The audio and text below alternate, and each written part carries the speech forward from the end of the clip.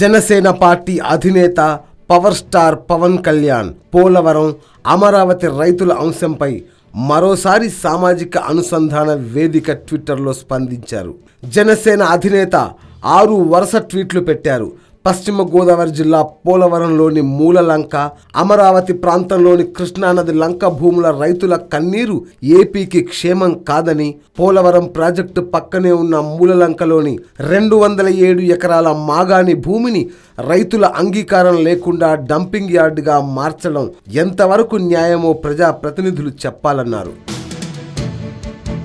TDP MP Rayapati సాంబశివరావుకు చెందిన Polavaram గుత్తేదారు company Transstroy అడ్డగోలుగా రైతుల భూమిని డంపింగ్ యార్డుగా మారిస్తే ప్రజలు ఎలా ఆలోచిస్తారో అన్న వివేకం కూడా చూపకుంటే ప్రజా ప్రతినిధులను ఏమనుకోవాలని ప్రశ్నించారు. పోలవరం నిర్మాణ ప్రగతిపై నెలకోమారు సమీక్ష జరుపుతున్న చంద్రబాబు సర్కారు ఈ సమస్యపై ఎందుకు దృష్టి పెట్టడం లేదని నిలదీశారు. ఈ భూములు ఉన్న రైతులు తమవారు కాదనా లేక కాంట్రాక్టుకు ఇబ్బంది అనా? గత్యంతరం లేని రైతులు తగిన నష్టపరిహారం చెల్లించమని అడిగితే వారి మొర ఎందుకు వినదని పవన్ ప్రశ్నించారు.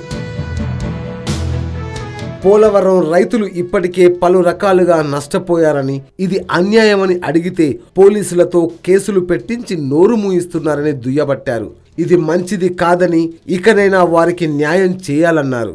అమరావతిలో కృష్ణానది లంక భూముల రైతుల బాధను సమాజ వికాసాన్ని కాంక్షించే వారు అర్థం చేసుకోవాల్సి ఉందని, తాము దళితులు అయినందువల్లే నష్టపరిహారం చెల్లింపులో వివక్షకు గురవుతున్నామని రైతులు ఆవేదన వ్యక్తం చేస్తున్నారని, ఇది సరికాదని పవన్ అన్నారు.